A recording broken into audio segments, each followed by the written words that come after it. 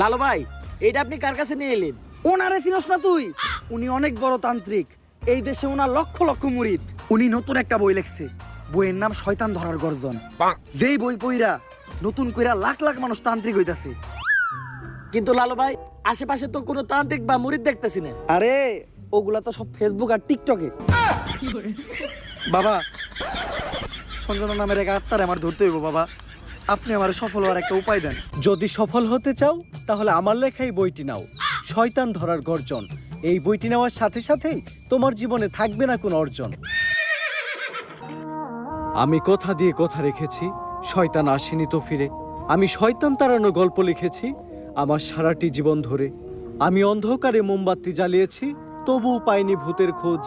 আমি ভূতের অপেক্ষায় ছিলাম, ভূত নিজেই হয়েছিল নিখোঁজ। শয়তান ধরার গর্জন, পৃষ্ঠা নাম্বার চুদলিংপং। বাবা